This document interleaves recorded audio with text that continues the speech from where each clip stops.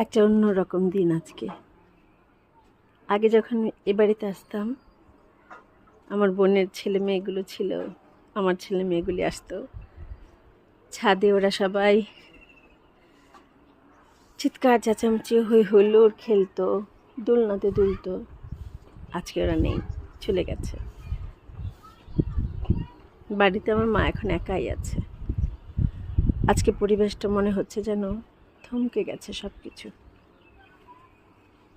কোলাহল নেই, বাচ্চাদের মারামারি নেই, মায়েদের বকুনি নেই।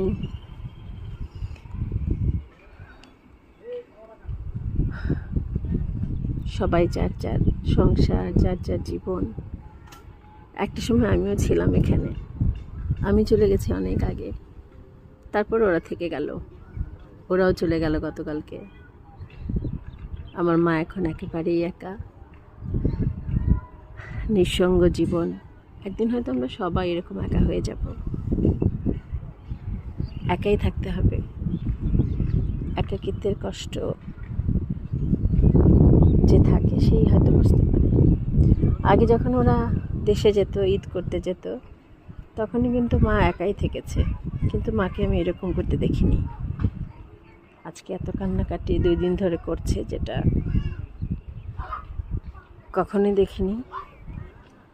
একেবারে চলে যাওয়া আর মাঝে মাঝে একা থাকা, দুইটার মধ্যে আসলে অনেক তফাৎ।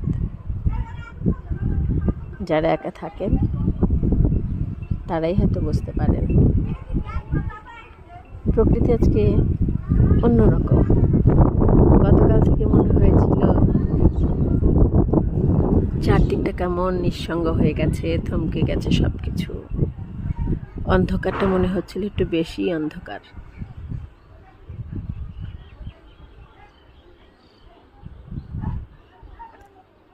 দিন আলো ফুটেছে, কিন্তু তারপরেও সব কিছু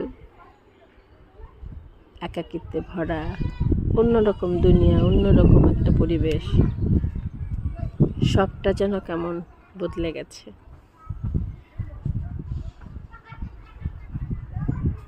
ভালো থাকবেন সবাই। আমাদের বাস্তবতায় আমরা দূরে চলে যাই, আমাদের প্রিয়জনকে রেখে যাই, আবার হয়তো একটা সময় স্বাভাবিক হয়ে যায়। এটাই হয়তো নিয়ম। এভাবেই কেটে যাবে এই পৃথিবী। একদিন পৃথিবীও শেষ হয়ে যাবে, এরকম করতে করতে হয়তো